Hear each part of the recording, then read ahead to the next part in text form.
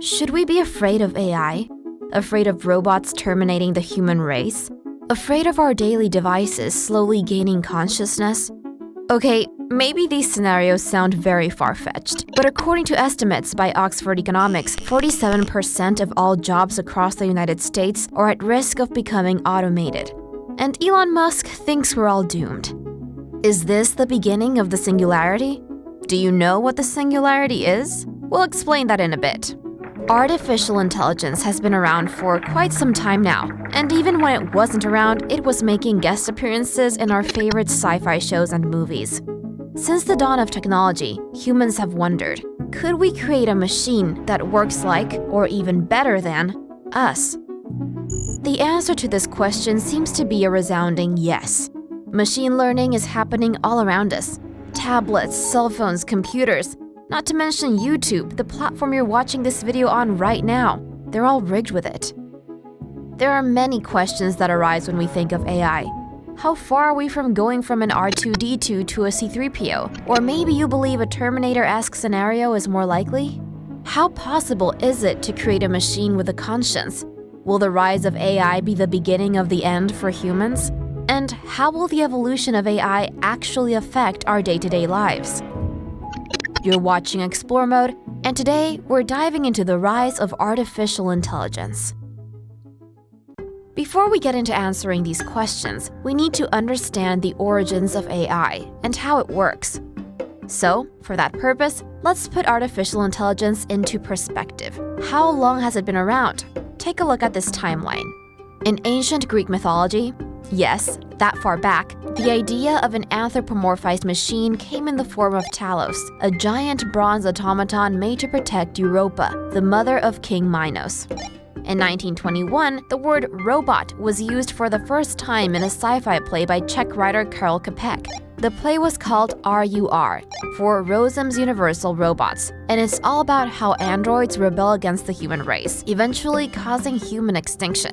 A plot that has since been recycled in many dystopian movies and literature today. By the 1950s, a young man by the name of Alan Turing, the same man who helped crack the Germans' Enigma code used during World War II, decided he wanted to know whether or not these myths and sci-fi stories could be true. In a paper written by him, published that same year, he posed a question: can machines think? In order to figure this out, he developed the Turing test. Think about the Turing test as an anonymous chat room. A judge, human of course, would exchange messages with a group of individuals, one of which was a machine. If the machine managed to trick the human judge into thinking it was conversing with another human, it had passed the test. So far, only a few AI machines have been able to trick human judges. Among them are Eliza, a natural language processing computer programmed with the script of a therapist created in the 1960s by German-American computer scientist Joseph Weizenbaum. In 1972, psychiatrist Kenneth Colby created Parry, a bot meant to imitate the personality of a person with paranoid schizophrenia. Then in 2014 came Eugene Goostman, a bot programmed to respond like a 13-year-old boy from Ukraine.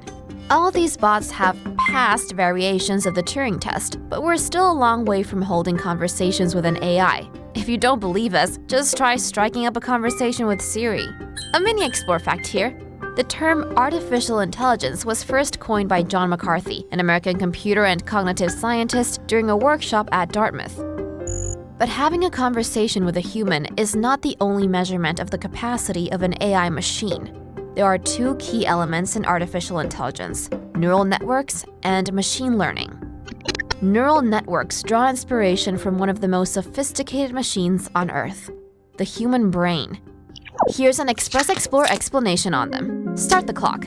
Disclaimer: we know neural networks are way more complicated than what we're about to explain, but we're trying to keep it simple, okay? Okay, let's go. Like brains, neural networks are made of artificial neurons called units. These units are arranged into layers. Information that enters the input units is interpreted by the hidden units and then comes out through the output units. During this process, the units create connections in between them, which are usually represented as these lines. Each connection is represented by a number known as a weight. Weights can be positive or negative. Positive connections trigger other units, negative ones inhibit others. Okay, so how do these neural networks enable machine learning? Just like humans do, through feedback. Neural networks have an end output they have to produce. Say the machine is learning to identify cats in pictures. In this case, the output needs to be a number that represents pictures with cats in them. But you can't just feed the input units a photo of a cat and expect it to know. Simple neural networks respond to yes or no questions. So let's say there are 4 input units and we assign each of them the following questions. Does it have fur? Does it have pointy ears? Does it have whiskers? Does it have claws? Granted, we could be asking this about any other animal, but you get the gist. As the queries run through the hidden units, the network will look for a numerical output that says, yes, this is a cat, and learn that the no's mean it needs to work harder. After it goes through the output, it compares its answers to the correct output. Every time it gets it wrong, it adjusts, learns, and becomes better at identifying cats in this case. And then, presto, the machine is now teaching itself. Today, AI systems power self-driving cars.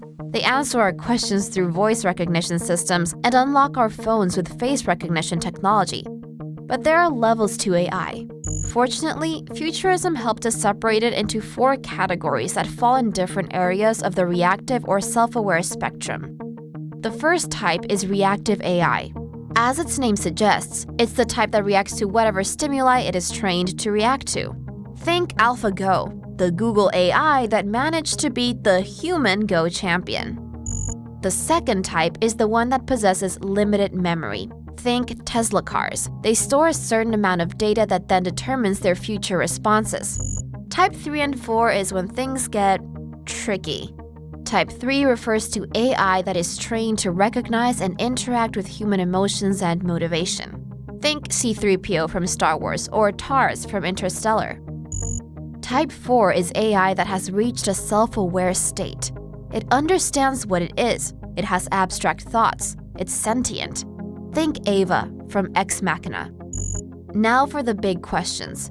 Will we ever get to Type 4? Will technology take over and eradicate the human race?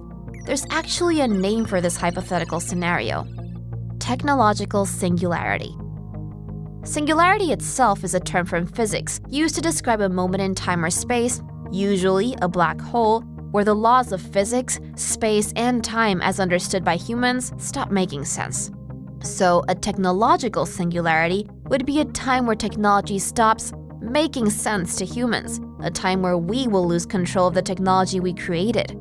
Although this possibility has been thoroughly milked by Hollywood, are we really close to it? Well, it depends on who you ask. Tesla and SpaceX founder Elon Musk thinks we're more or less doomed. You'd think that the man behind the world's biggest manufacturer of self-driving cars would be more enthusiastic about the future of AI. But Musk believes there's only a 5 to 10% probability that AI will be safe for humans. I try to convince people to slow down AI, to regulate AI. This was futile. I tried for years. This seems like a scene in a movie where the robots are going to take over and you're freaking me out. Nobody listened. Louis Rosenberg, CEO of Unanimous AI, agrees. His prediction is that AI will exceed human intelligence by 2030. In a 2018 Futurism article on singularity, Rosenberg states that assuming sentient AI will be on our side and put human interest first is, quote, absurdly naive. Rosenberg goes on to say, to assume that it won't put its interests first, putting our very existence at risk, is to ignore what we humans have done to every other creature on Earth. Then there's scientists like Raja Chatila, chair of the IEEE Global Initiative for Ethical Considerations in AI and Autonomous Systems, and director of the Institute of Intelligent Systems and Robotics at Pierre and Marie Curie University. In the same article, Chatila explains that to him, the singularity is a matter of belief, not science. He thinks a machine's increased ability to compute cannot be compared with the way a human brain thinks. So as you can see, it's a slippery slope, and one where experts on the field disagree. But the singularity, although some predict it to just be 2 decades away, is still a hypothetical that seems far-fetched to some. What's not too far-fetched is the idea that some AI in the present could be taking over human jobs, which leads us to our next question. How is and how will the evolution of AI actually affect our day-to-day lives, and what workers in which industries should be worried? Well, as we mentioned before, AI is already present in our daily lives.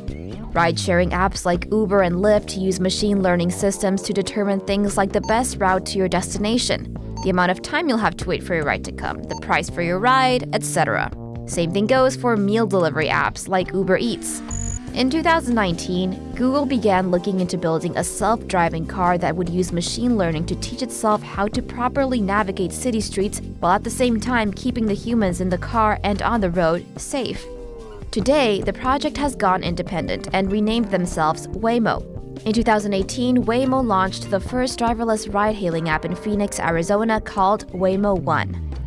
Things that used to require human interaction, such as banking, have also become more and more digitalized. Ever had to send a signed document through an app or enter your signature on an app? Well, artificial intelligence and optical character recognition are in charge of identifying your signature. This is great in terms of convenience. We no longer have to think about what happens once we tap away on our phones. AI takes care of it all. It's not so great for people who are in jobs that can be easily AI'd. We're talking about bookkeepers, clerks, receptionists, retailers, and telemarketing agents. These are all jobs that will be slowly replaced as AI continues to evolve. It seems to be that we're at the brink of a second industrial revolution, as AI is also taking over the manufacturing industry. But what has enabled this exponential growth of AI in our lives? Let's jump into an Express Explorer explanation. Start the clock. According to Oxford Economics, there's 3 reasons behind what they're calling the robot surge of the manufacturing sector. Reason number 1 is money. We're at the point where robots are becoming cheaper than humans. According to the report, there is a steady rise in labor costs, while the average unit price of a robot has decreased by 11% between 2011 and 2016. The second reason is that robots are becoming better and more capable at a fast pace. As we mentioned before, advanced AI can teach itself, which makes it very versatile when it comes to taking on different tasks. And reason number 3 is demand. There's a higher demand for manufactured goods, which means that manufacturing companies, particularly in countries like China, will probably make even more use of AI-powered robots. The report states that by 2030, China will have close to 8 million industrial robots in use if they continue to invest in robotization. So, are we all doomed? No. There are some of us out there who may be safe from AI domination, and even some of us who will benefit from new job openings stemming from AI development. According to Taiwanese-American computer scientist and former SGI, Microsoft, and Google exec, yeah, we know, Kai-Fu Lee, 50% of human jobs will be replaced by AI and automation in the next 15 years. However, Lee believes there are some things that AI cannot do. One of the things is creativity and complexity. AI machines can only work with what is fed to them and learn from what is given to them. They cannot, however, recall emotional memories that trigger a pang of inspiration that will then drive someone to write a novel. This is why Lee points out that fiction writers are safe from getting the boot, as AI can at the most generate structured texts, but not a complicated plot about, for example, a young wizard going through the aches and pains of growing while also trying to fight off an evil magic man. Jobs that require deep human interaction are also safe in Lee's book. Psychiatrists, physical therapists, and people in healthcare don't have to worry about the robot invasion. So far, AI robots lack the empathy, long-term relationship building, and the physical ability to carry out these jobs. Yet. Likewise, jobs in teaching, management, and specifically criminal law defense require the humanity that, well, only humans can bring. Teaching requires deep understanding of the student's needs and competence, something that an algorithm can't get as well as a human would. Management positions require humans with strong leadership and interpersonal skills. Again, something AI has not yet figured out. Legal representatives, particularly those in criminal law, need to have strong persuasive skills, meaning it's not just about getting the facts right, but about convincing other humans of an individual's innocence or guilt. Something that is not easily programmed into a computer. Your Honor, it is enough! The defense rests. A mini explore fact here. If you want to figure out whether or not you'll be competing with an AI for a job, there's an actual website that tells you just that. willrobotstakemyjob.com. Yes, that's what it's called. Their website uses info from a report published in 2013 called The Future of Employment: How Susceptible Are Jobs to Computerization, to estimate what the job market will look like considering the exponential growth of AI. So go take a look. Or don't. Whatever brings you peace of mind. But it's not all doom and gloom. As the AI industry grows, so will the need for humans who can work with them, creating new jobs in a new sector. According to an article posted in MIT Sloan Management Review, AI will need what they call human trainers, explainers, and sustainers. As the name suggests, human trainers would be in charge of programming AI that is more accurate and that would imitate human behavior more precisely. Explainers are humans who would act as a knowledge bridge between AI experts and organizations that are implementing AI systems into their framework. Some of these companies may feel intimidated or a bit wary of leaving a digital system to take over what was once done by humans. That's where explainers come in. They will essentially work as interpreters for AI results and processes, making them more understandable for laypeople. Sustainers would be there to make sure AI processes are running smoothly and fairly. That is, teaching the AI that the human world is not binary. A sustainer would be in charge of giving AI systems cultural and ethical context. These are not jobs that would be replaced, but brand new areas of work that have not been needed before the growth of AI. So, if your job seems at high risk of getting replaced according to willrobotstakemyjob.com, consider starting your training to become a human AI sustainer, explainer, or trainer. We at Explore Mode wonder, wouldn't trainers help AI become more self-aware? Either way, let's move on from the impending workforce domination of AI and onto greener pastures. One thing all of us humans will benefit from the evolution of AI is the strides it is making in healthcare technology. In 2018, Google's AI venture trained an AI machine learning system to assess cardiovascular risk factors by feeding it data from more than 280,000 patients. Using images from the patient's retina, the AI was able to predict a set of underlying health complications of each patient, such as whether or not the retina belonged to a smoker or a non-smoker. The AI also predicted the patient's age, gender, and blood pressure, all important factors when it comes to the prediction of cardiovascular diseases. It did this by taking a close look at the vessels inside each patient's retina. Technology like this could potentially work as a great complement to human-made predictions. But it's not just humans that can benefit from AI. In fact, AI is protecting wildlife from us. According to an article by the Association of American University, rangers in Cambodia are partnering with an AI system called Protection Assistant for Wildlife Security, or PAWS. PAWS uses data it is fed with a combination of mathematical modeling and game theory to suggest the best patrol routes for rangers. By best routes, we mean it creates routes that will be hard for poachers to predict, meaning rangers can have the element of surprise on their side while hunting down poachers. PAWS also uses a spatial monitoring and reporting tool, or SMART. This digital tracking tool helps rangers go through patrol data, which can in turn be used to determine which areas are more at risk of being exploited by poachers.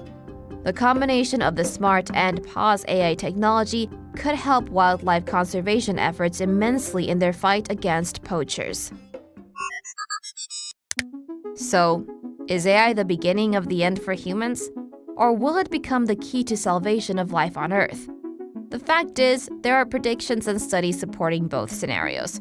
What is certain is that AI is bringing about a change in the world as we know it, and it will do us good to keep up with it, or we may just get left behind. As always, links to all reports and websites cited are in our description, plus some extra material that you may want to check out if you're interested in learning more. Thanks for watching Explore Mode. If you liked this video, hit the thumbs up button. Also, check out our playlist if you want to explore more. Make sure to hit the subscribe and bell button so you get a notification whenever we upload a new episode. See you next time! And in the meantime, remember to keep your Explore mode on.